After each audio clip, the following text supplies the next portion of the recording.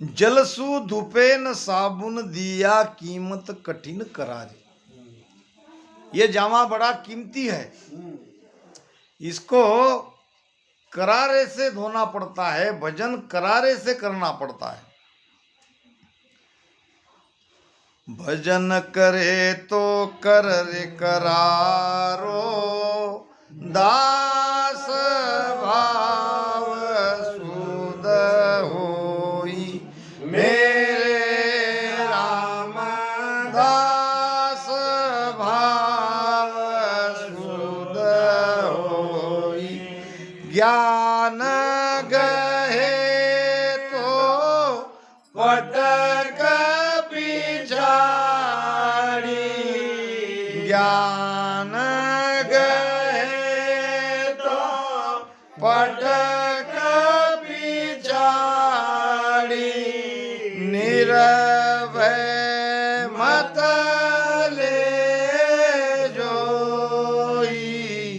मन रे करणी बिना सब काची, हो मन रे करणी बिना सब काची। लल फल माय नहीं फलदायक, लल फल माय नहीं फलदायक। क्या बुरी क्या मन रे करणी बिना सब काची, हो मन रे करणी बिना सब काची। करड़ा, मन में करड़ापना लाके भजन करना पड़ेगा, लल फल से काम नहीं होगा। देखो रे देखो साधु मत जगत की, हर को जाने भोला बे। लल फल करके रिजायर लेवे, ऐसा है ज्ञानी गोला बे। परमात्मा लल फल से नहीं मानेंगे, लल फल से संसार का कोई भी काम नहीं होता। महाराज कहते हैं, लल फल सुख राम कहे, हर नहीं मान्यो को। तन बिन अर्प्यो पीव को, फर जन कैसे हो। प्रमाण देके समझाए महाराज ने, कहीं भी लल फल से काम नहीं होगा। पूरा समर्पण चाहिए, मन की शरीर पर नियंत्रण चाहिए, करड़ापना चाहिए। ये न जल से धोया जाता है, जल नाम करनी, अच्छी रहनी करनी, न जल से धोया जाता है और न साबन से धोया जाता है।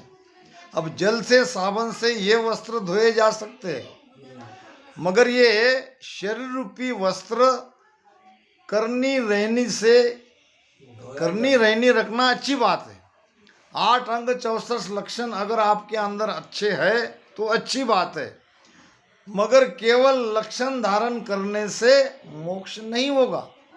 महाराज फरमाते, लक्षण मत सु मोक्ष मिले,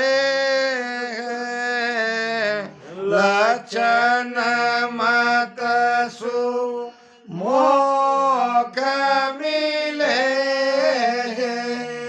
तो मानव बिन सब जाई हो, तो मानव बिन सब जाई हो।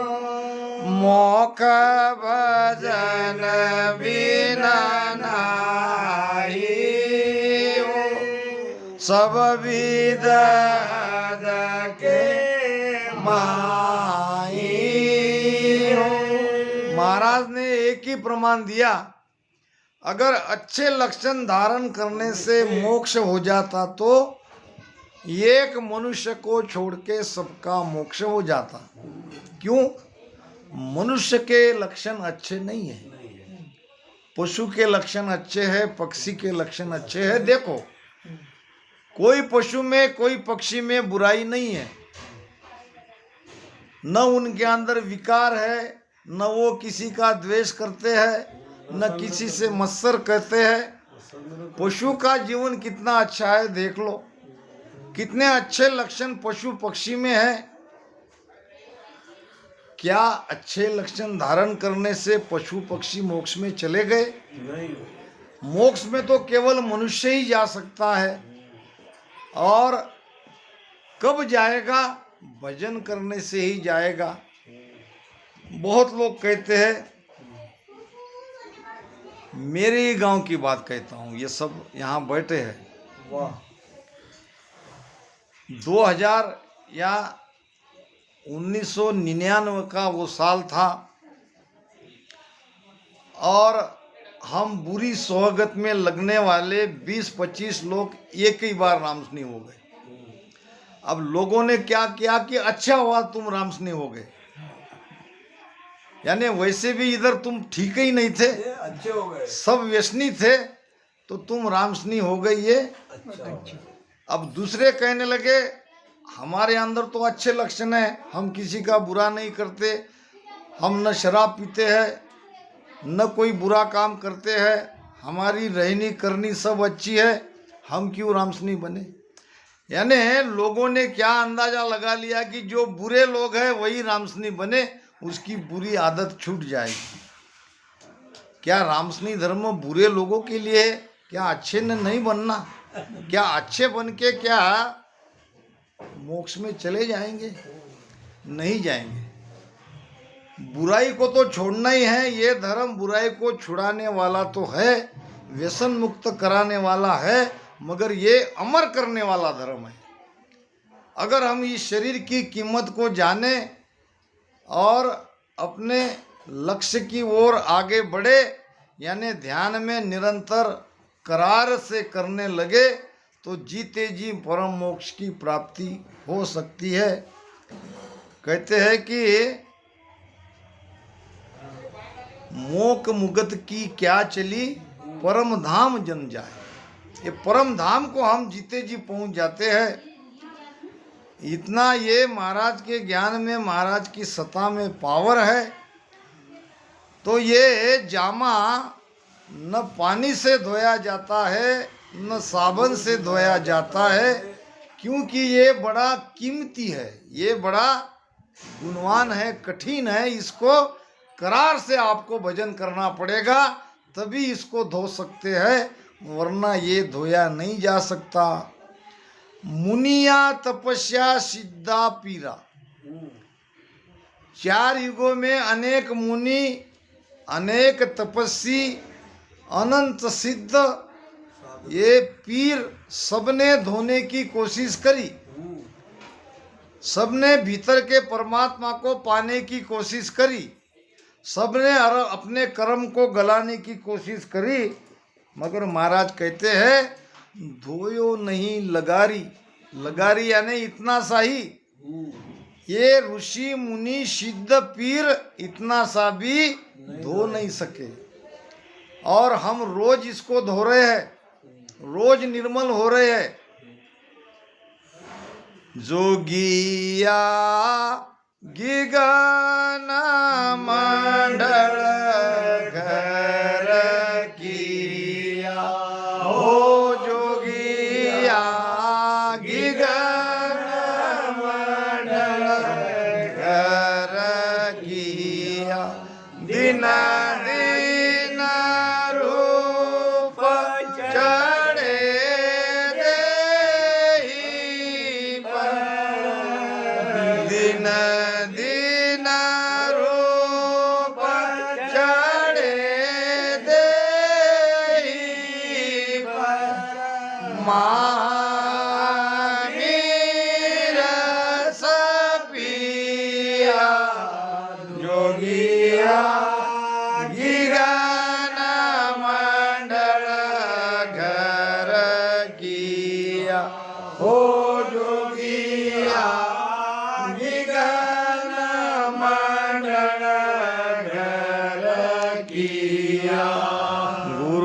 प्रताप साध संग भेजा प्रेम प्रीत तत जीना मेरे राम प्रेम प्रीत तत जीना निस दिन राम नाम लिवलागी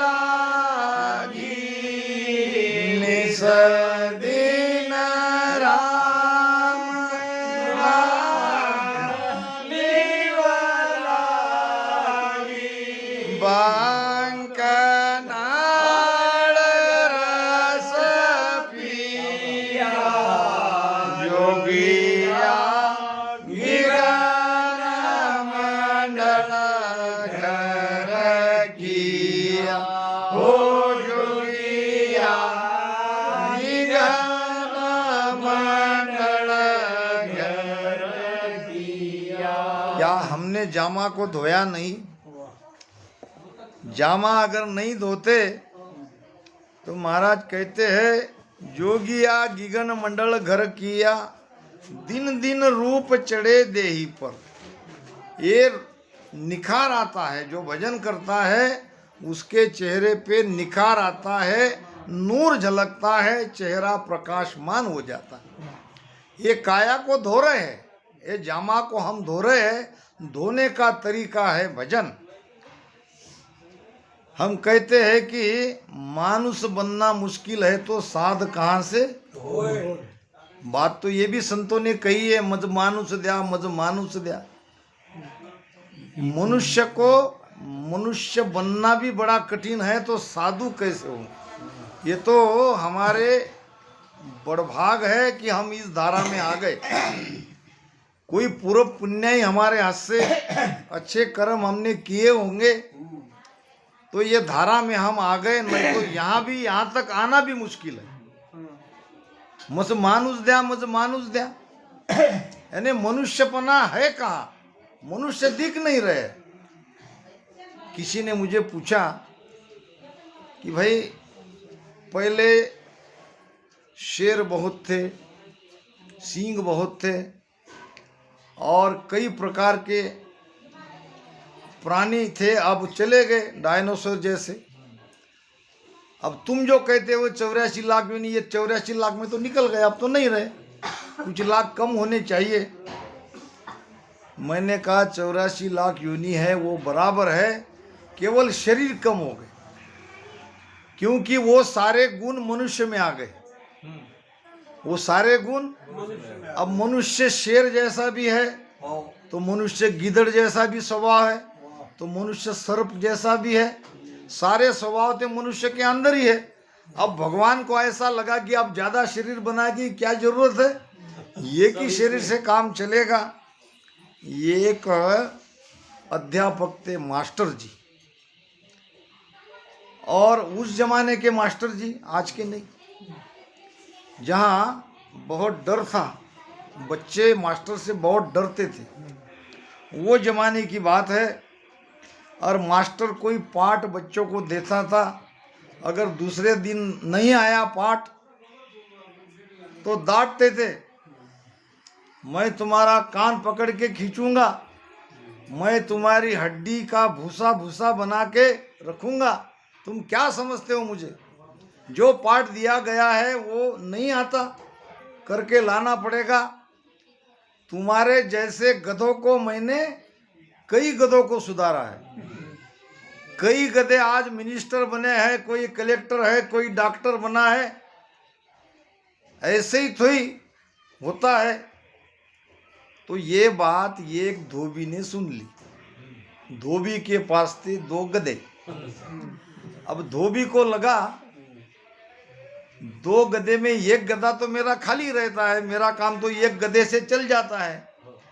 अगर ये मास्टर कहते हैं कि गधे को इंसान बनाता हूँ, मनुष्य बनाता हूँ, तो चलो एक गधे को मनुष्य बना दे। अब गया मास्टर साहब के पास, मास्टर साहब आपने जो कहा है सारी बातें मैंने सुन ली, और आप गधे को इंसान बनाते हो तो कृपा करके मेरे इस गधे को मनुष्य बना दो। मास्टर जी आए, कहने लगे क्या गधा लेके आए हो मनुष्य बनाने के लिए? अब उसने सुना नहीं, गधा बांध के चला गया वहीं। अब मास्टर ने देखा, अब वो धोबी गधा लेने के लिए आया नहीं, तो उस गधे को बेच दिया। बेच दिया। ये तीसरे चौथे दिन आया धोबी, मास्टर जी मेरा गधा। अब इसको लगा मास्टर को तो अब तो बात गड़बड़ हो गई, गधे को बेचना नहीं चाहिए था और मैंने बेच दिया। अब 2-3 दिन में आने लगा, कहने लगा मास्टर जी मेरा गधा। अरे भाई, उसको मनुष्य बनाने की प्रक्रिया चल रही है, आपका गधा मनुष्य बनने वाला है, थोड़ा रुको। अब 8-15 दिन में जाता, मास्टर जी गधा मनुष्य बना कि नहीं? फिर डांट के कहा 4-4, 5-5 साल लगते हैं, इतने जल्दी थोड़ी कोई गधा मनुष्य बनता है। तुम चिंता मत करो, तुम्हारा गधा मनुष्य बन रहा है। अब 4-5 साल बाद आया, जब गधा नहीं मिला तो दूसरे दिन लठ लेके आया, मास्टर जी आज तुम्हारी पिटाई है, या तो तुम मुझे मेरा गधा वापस दो, नहीं तो उसको अगर मनुष्य बनाया है तो वैसा कहो। अरे भाई, अब तो तुम्हारा गधा बहुत बड़ा साहब हो गया है, वो तो कलेक्टर बना है, मेरा गधा कलेक्टर बना है। विश्वास नहीं है तो जाको देखो। अब कलेक्टर रहते हैं जिले का एक, अब ये गया यवतमाल कहो, अमरावती कहो, किसी भी जिले का कलेक्टर बना होगा। अब ये गया, किसी ने बताया कि ये है कलेक्टर साहब का बंगला। अब कर्म धर्म संयोग से उस दिन था इतवार। अब कलेक्टर से तो कोई ऐसे यूं ही थोड़ी मिलते हैं, पर्ची भेजनी पड़ती है, परमिशन लेनी पड़ती है, जब वो कहे तो मिलने को आ सकते, नहीं तो नहीं। कलेक्टर साहब अपने बंगले के बगीचे में कुर्सी पे बैठे थे और उसके कुछ अधिकारी भी सामने बैठे थे, कोई विषय पे चर्चा चल रही थी। और ये धोबी जाके देखता था कि मेरा गधा कैसा है, मेरा गधा कब मिलूं, कब देखूं। अब उसने तो कहा था कि तुम्हारा गधा कलेक्टर बन गया है। अब रहा नहीं गया तो जो नौकर था उसकी नज़र चुका के वो चला गया अंदर कलेक्टर साहब के पास, कहने लगा पहचानते हो? अरे तुम मेरे गधे थे, तुमको मैंने इंसान बनाया है, आज देखो तुम कितने बड़े कलेक्टर हो गए। कलेक्टर उसके तरफ देखने लगा, या तो ये पागल है, इसको अंदर आने किसने दिया, ये मुझे गधा कह रहा है, वो भी मेरे निचले ऑफिसर के सामने। जब नहीं माना तो ये कहने लगा धोबी 25-25 किलो वजन तुम्हारे पीठ पे मैं लाके ले जाता था, जब तुम नहीं मानते तो तुमको पीटता था डंडे से, भूल गए? तुम मुझे पहचान नहीं रहे। अब इतना कहने के बाद कलेक्टर साहब को आया गुस्सा। अब गुस्सा आया, उसने मारा लात, 2-4 लात धोबी को मार दिया। अब धोबी कहने लगा बस बस पहचान लिया, तुम मेरे गधे ही हो, तुम मेरे लात मारना तुमने छोड़ा नहीं। अब वहां से निकल गया, मास्टर के पास गया, तुमने सचमुच गधे को कलेक्टर तो बना दिया, मगर उसकी आदत नहीं गई लात मारने की। मास्टर साहब को लगा कि मेरा पीछा छूट गया, रुको कुछ दिन, लात मारने की आदत भी चली जाएगी। तो ये जो हमारा धर्म है, यहाँ मनुष्य नहीं साधु बनते हैं, संत बनते हैं। यहाँ फायदा ही फायदा है, कहीं से भी किसी भी एंगल से ये भक्ति में नुकसान नहीं है। देख लो आप, भक्ति के पहले और आज के जीवन में कितना अंतराय है, कितना बदल है, ये आप देखो। सतगुरु सतासी सयूं लेवे, साध साध कर सब जुग से। और क्या चाहिए आपको? साधु कहते हैं, महाराज कहते हैं, कोई बापू कहते हैं, ये सदगुरु सत्ता का ही तो प्रताप है। तो ये भजन से ये जामा धोया भी जाता है, हम अमर हो भी सकते हैं, मगर धोने की कला चाहिए, वो भेद चाहिए कैसे धोते हैं। नहीं तो ये मुनिया तपस्या सीधा पीरा धोने की कोशिश इन्होंने करी, मगर इतना सा भी वो धो नहीं पाए, और हम दिन ब दिन निर्मल हो रहे हैं, हम धो रहे हैं। महाराज फरमाते हैं, दिन दिन निर्मल अधिक है, दिन दिन निर्बल हो। क्या हो रहे हम? निर्मल भी हो रहे तो निर्बल भी हो रहे। अहंकार शून्य होते जा रहे हैं। निर्बल का नाम बल है अहंकार का। कहाँ है हमारे यहाँ? कोई दो गालियां भी देते हो हम सुनने का साहस है, क्योंकि हम निर्बल हो रहे हैं। हम कहते हैं कि भाई चाहे जगत है, सब गालियां देते हैं, हम किसी से लड़ते झगड़ते थोड़ी है। हम समझ लेते हैं, इनकी समझ यहाँ तक है, क्योंकि हम निर्बल हो रहे हैं, हमारा बल कम हो रहा है और निर्मल हो रहे हैं, हमारी आत्मा पवित्र हो रही है दिन ब दिन। धोबी कोट निनानु कसिया बाल जाल गया फाड़ी। अब ये गोरक्षनाथ के जमाने में 99 करोड़ राजा ये दीक्षा इन्होंने धारण करी। अब ये जो यौगिक ज्ञान है, मच्छिंद्रनाथ से लेकर नवनाथों के जमाने में कई राजा महाराजा ने दीक्षा ली। अब उसमें गोपीचंद राजा है, राजा भर्तरी है, ये तो कुछ प्रमाण है। ऐसे कई राजा महाराजा संतों के महापुरुषों के शरण में आके उन्होंने अपनी काया धोई, भजन किया, साधना करी। अब ये धोबी है मन, यानी 99 करोड़ मन ये भक्ति में लग गया। मन ही तो भक्ति में लगता है, मन के कारण बंधन में है, मन के कारण हम मुक्त होंगे। तो अपनी काया को कस के, यानी इस काया से साधना करके भजन करके करोड़ों लोग आज तक चारों युगों में धोके चले गए।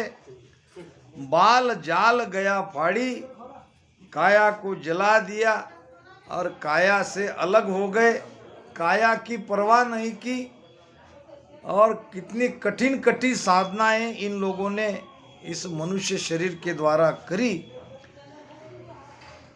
अनंत कोट संतासो धोया कसर न भागी सारी। महाराज कहते हैं कि ऐसे अनंत कोटि संतों ने इस काया को धोने की कोशिश करी, कुछ हद तक धोया भी, कामयाब भी हुए, मगर कसर पूरी नहीं पूरी हुई, यानी कुछ न कुछ कसर रही, मोक्ष नहीं हुआ। कोई ब्रह्म तक गए, कोई त्रिकुटी तक गए, मगर उस सत्स्वरूप आनंद पद में कोई बिरले गए। दोनों की कोशिश तो करोड़ों लोगों ने करी और भी कर रहे हैं, मगर केवल जो सदगुरु के भेद से सांसों सांस में राम राम रटन करेगा, जो प्रेम से ये भजन करेगा, जिसके घट में नियंचर जगेगा, वो पूरी तरह से इस काया को धो सकता है। बाकी और साधना से कोई न कोई कसर रह जाती है। अनंत कोट संतासो धोया कसर न भागी सारी। कोशिश बड़ी की मगर कुछ न कुछ कसर रह गई। पांचों ज्ञान तीर्थंकर पाया। तीर्थंकर कितने हुए? 24। और अवतार कितने हुए? 24। पीर कितने हुए? 24। 24 पीर, 24 अवतार और 24 ही तीर्थंकर हुए। ऋषभ देव जी महाराज से महावीर तक महाराज फरमाते हैं, आद भजो जन ऋकभ देव, अंत भजो महावीर। 8 पहर सिमरण किया, धर चित ध्यान सधीर। धर चित ध्यान सधीर, कंतर आसन किया। छाड़ दिया सब राज जगत सुचार जलिया।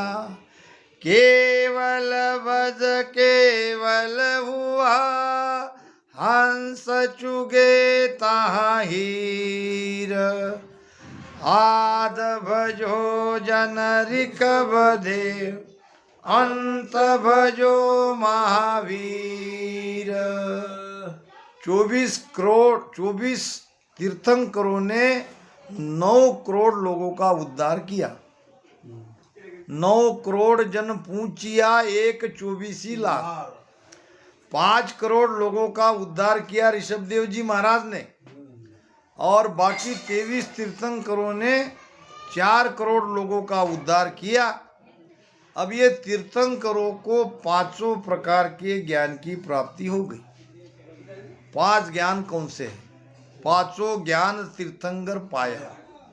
पहला है मत ज्ञान, दूसरा है सुरत ज्ञान, तीसरा है अवध ज्ञान, चौथा है मन परिचय ज्ञान, 5वां है केवल ज्ञान। अब अपने महाराज ने भी कहा है, गुण विमान हेट जो आवे, 5 ज्ञान गे बता पावे। गेबाऊ गुप्त, आपने मांगा नहीं, आपको मिल गया। ये सत्स्वरूप की भक्ति में ये विशेष है कि आपके अंदर 5 प्रकार के ज्ञान प्रकट हो जाएंगे। पहला है मत ज्ञान। मत ज्ञान किसको कहते हैं? मत ज्ञान यानी संतों के मत को पढ़कर कह देना, ये कहाँ तक है। वो केवल ज्ञान जिसके अंदर प्रकट हुआ है, उसके पास आप कोई भी वाणी, कोई भी ग्रंथ लाके रख दो, वो कह देगा ये त्रिकुटी तक है, ये हद तक है, ये ब्रह्म तक इसमें बताया है, यानी सारा निर्णय कर देगा। सीता वरुण भाताची परीक्षा, क्योंकि उसको मत ज्ञान प्रकट हुआ है। वो सब संतों के मत को जानने का सामर्थ्य रखते हैं। दूसरा है सुरत ज्ञान, यानी सुरती शब्द का उसका योग होने से उसकी सुरती अखंड शब्द के साथ लगी रहती है। ये है सुरत ज्ञान। नहीं तो ये सुरती संसार से निकलना बड़ा कठिन है। सूरत फंसी संसार में, ताते पड़ गयो दूर। सूरत बांध स्थिर करो, आटो पोहर हजूर। तो उनकी सुरती स्थिर है शब्द के साथ, सुरती को बांध के रखा है, सुरती का ज्ञान उनको हो गया है। फिर आता है अवध ज्ञान। अवध ज्ञान में 100 कोस 1000 कोस पे क्या हो रहा है वो अभी यहाँ ही बता देगा, क्योंकि उसके पास वो ज्ञान हो जाता है। और चौथा है मन परिचय ज्ञान, किसी के मन की बात जान लेना। और 5वां ज्ञान है केवल ज्ञान, जहाँ चित्त वृत्ति का संपूर्ण निरोध हो जाता है। तो ये 5 ज्ञान हमारे केवल ज्ञानी के अंदर प्रकट होते हैं, जो कि तीर्थंकरों के अंदर प्रकट हुआ और कर गया फगल विचारी। फगल नाम ये बात प्रसिद्ध है, प्रकट है। ये सब ज्ञान तीर्थों के अंदर प्रकट हुआ था। और जन सुख राम धोवणे लागा। महाराज कहते हैं कि मैंने इस जामा को धोया। कैसे धोया? करोड़ों मतों उर्धारी, करड़ापना लाके, निश्चय करके, दृढ़ निश्चय से, विश्वास से अगर ये राम नाम कोई भजन करेगा तो वो काया को धो सकता है, वो अमर हो सकता है, वो जीते जी अमर हो सकता है, मगर इसमें चाहिए विश्वास। विश्वास के बारे में मैंने कई बार बताया था, फिर से एक बार बता देता हूँ। विश्वास किसे कहते हैं, दृढ़ विश्वास किसे कहते हैं, बताया था मैंने। वो खेल करने वाला कोई एक कलाकार था और 3 मंजिली बिल्डिंग पर रस्सी बांध के बासा के आधार से वो इस बिल्डिंग से उस बिल्डिंग पे चल रहा था और नीचे हजारों लोग वो तमाशा खेल देख रहे थे। कलेजा बैठा था, सांस रोके सब खड़े थे। विशेष थी उस कलाकार ने अपने बच्चों को कांधे पर लेके वो चल रहा था। अब ये तो और फिक्र करने जैसी बात हो गई, अगर गिर गया तो बच्चा भी गिर जाएगा। सब लोग सांस रोके देख रहे थे। अब कुछ समय बाद वो इस तरफ आ गया। अब सारे लोग तालियां बजाने लगे, फूल माला लेके उनका स्वागत सत्कार करने लगे। अब उसने लोगों को कहा कि अगर मैं इस बिल्डिंग से रस्सी से चल के उस बिल्डिंग पे अगर जाना चाहूँ तो मैं जा सकता हूँ। सब लोगों ने कहा हाँ, क्योंकि हमने आपको देखा है अभी। तो उसने पूछा सबको विश्वास है? लोगों ने कहा सबको विश्वास है, पक्का विश्वास है, बिल्कुल पक्का विश्वास है। बासा ले लिया और कहा कि तुम्हारा किसी का बच्चा हो तो दो। अब बच्चा देने को कोई तैयार नहीं। क्यों तैयार नहीं? विश्वास नहीं है। यही तो कमी है। भजन में विश्वास चाहिए। उसका बच्चा अगर लेके वो चलता है तो यहाँ तक का विश्वास है, मगर दृढ़ विश्वास नहीं है। अपना बच्चा देने के लिए कोई तैयार नहीं है। तो महाराज कहते कि इस जामा को कैसे धोया जाता है कि दृढ़ निश्चय से, दृढ़ विश्वास से करड़ा पड़ा धारण करके भजन में बैठो, तभी काया को धो सकते हैं, अमर हो सकते हैं। नहीं तो ये समय चला जाएगा।